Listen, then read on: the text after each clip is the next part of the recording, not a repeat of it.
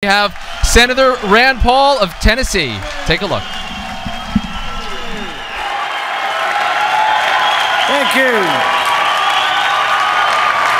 Thank you. Thank you, Kentucky. Thank you. Thank you. Thank you. You know, when the Supreme Court upheld Obamacare, the first words out of my mouth were, I still think it's unconstitutional.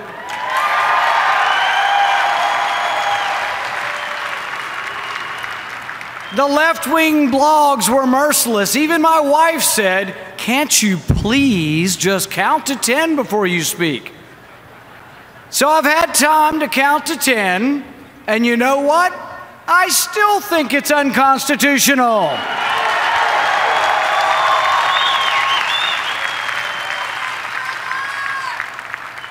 Do you think Justice Scalia and Justice Thomas have changed their mind? I think if James Madison himself, the father of the Constitution, were here today, he would agree with me. The whole damn thing is still unconstitutional.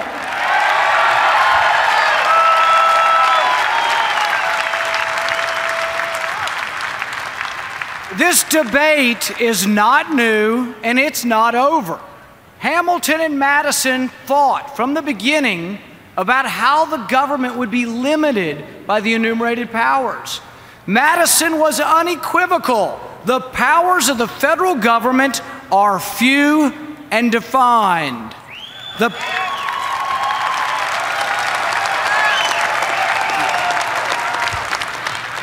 power to tax and spend is restricted by the enumerated powers.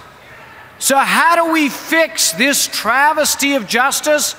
There's only one option left. We have to have a new president.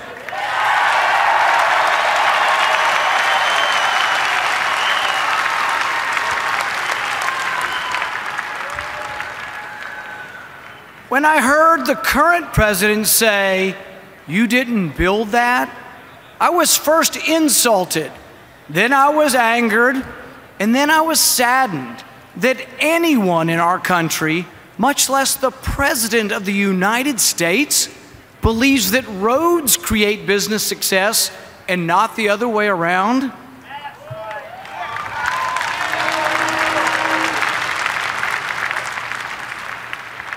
Anyone who so fundamentally misunderstands American greatness is uniquely unqualified to lead this great nation.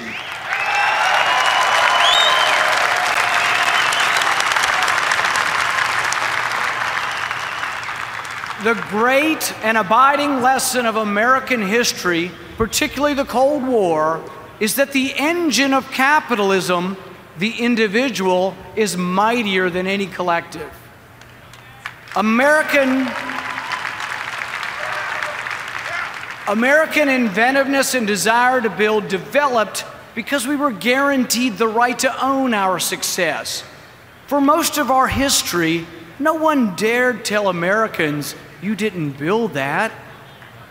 In Bowling Green, Kentucky, the Tang family owns the Great American Donut Shop. Their family fled war-torn Cambodia to come to this country. My kids and I love to eat donuts, so we go there frequently. The Tangs work long hours. Mrs. Tang told us that the family works through the night to make donuts. The Tang family have become valedictorians and national merit scholars. The Tangs from Cambodia are an American success story. So, Mr. President, don't you go telling the Tang family that they didn't build that.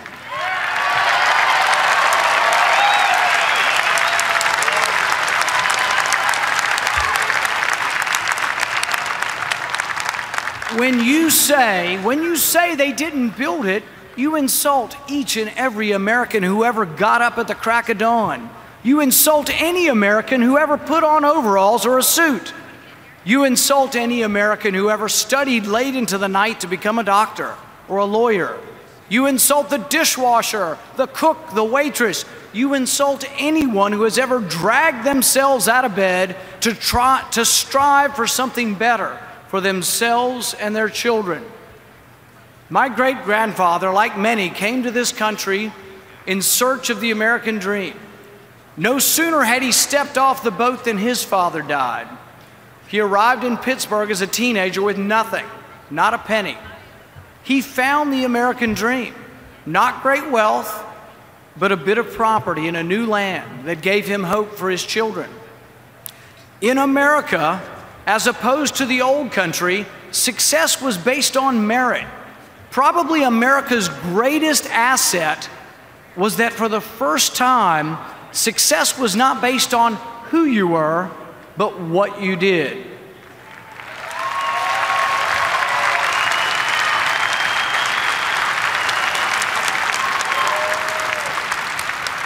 My grandfather would live to see his children become doctors and ministers, accountants and professors. He would even live to see one of his sons, a certain congressman from Texas,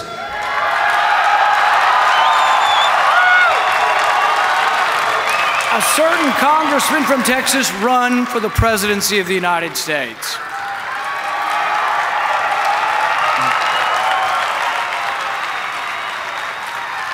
Immigrants have flocked to our shores seeking freedom. Our forebears came full of hopes and dreams. So consistent and prevalent were these aspirations that they crystallized into a national yearning we call the American dream. No other country has a dream so inextricably associated with the spirit of its people. In 1982, an American sailor, John Mooney, wrote a letter to his parents that captures the essence of the American dream. He wrote, "Dear Mom and Dad, today we spotted a boat in the water and we rendered assistance. We picked up 65 Vietnamese refugees. As they approached the ship, they were all waving and trying as best they could to say, 'Hello, American sailor. Hello, freedom man.' It's hard to see a boat full of people like that and not get a lump somewhere between chin and belly button. And it really makes one proud and glad to be an American. It reminds us of all what America has been, a place a man or a woman can come to for freedom." Hung and Tuan Trin are brothers and friends of mine. They came to America on one of those leaky boats. They were attacked at sea by pirates. Their family's wealth was stolen. Tuan spent a year on a South Pacific island, existing on a cup of rice and water, until he was allowed to come to America. Now both of these men and their family are proud Americans. Hung owns his own business, and Tuan manages a large company. They are the American dream. So, Mr. President, don't go telling the Tring family you didn't build that.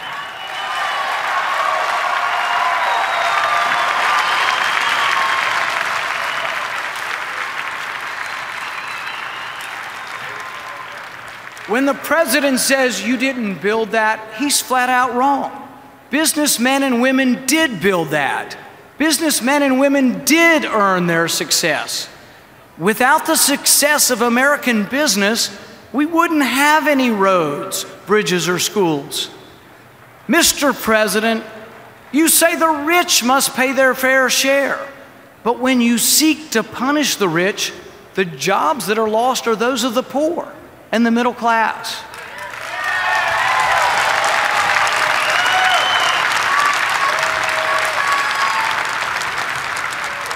When you seek to punish Mr. ExxonMobil, you punish the secretary who owns ExxonMobil stock.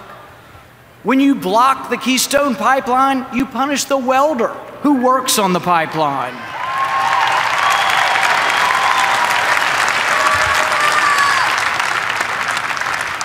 Our nation faces a crisis. America wavers. Unfortunately, we are one of a select group of countries whose debt now equals their gross domestic product. The Republic of Washington and Jefferson is now in danger of becoming the democracy of debt and despair. Our great nation is coming apart at the seams, and the president just seems to point fingers and blame others. President Obama's administration will add nearly $6 trillion to our national debt in just one term. And I'm hoping it's just one term.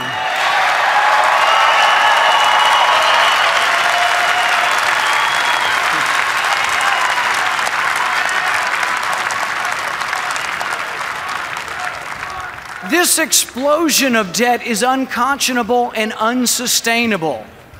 Mr. President, we will not let you bankrupt this great nation.